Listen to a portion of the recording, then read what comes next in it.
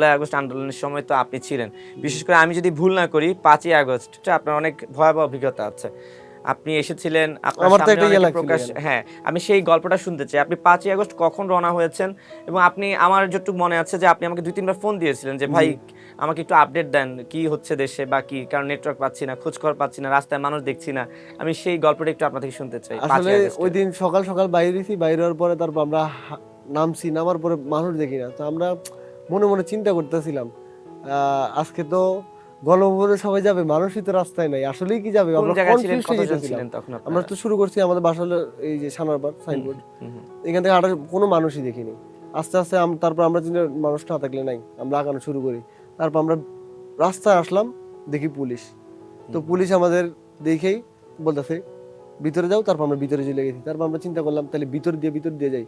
পরে আমরা মাগুর খামার সাইনবোর্ডের ভিতর জায়গা আর কি, এই ভিতর দিয়া তারপর আমরা এই রায়েরবাগ সাইডে ঢুকলাম। ঢুকার পর তারপরে যাই দেখলাম যে বিশাল বড় এক মিছিল এলো, কোন জায়গাতে বাইরে আল্লাহ জানে। তো তখন আমরা শুনি এক রায়, একটু পর পর পুলিশে গুলি মারতেছে। আর দেখলাম যে কয়েকজন মানুষ এরকম আলগায় আছে না, ওই লাশ লাশ তারা মারা গেছে নাকি আমি জানি না, যাই হোক ওই গুলিবিদ্ধ মানুষগুলাকে এরকম আলগায় নিয়ে নিতেছে। সম্ভবত 6জন বা 7জন দেখছি হুম। এরকম। তো যখন পুলিশে ফায়ার মারতো তখনই সবাই একটা দৌড়ানি দিত, তারপর আবার সবাই ভিতরের দিকে এরকম আসতো। এরকম 2-3 বার হয়েছে।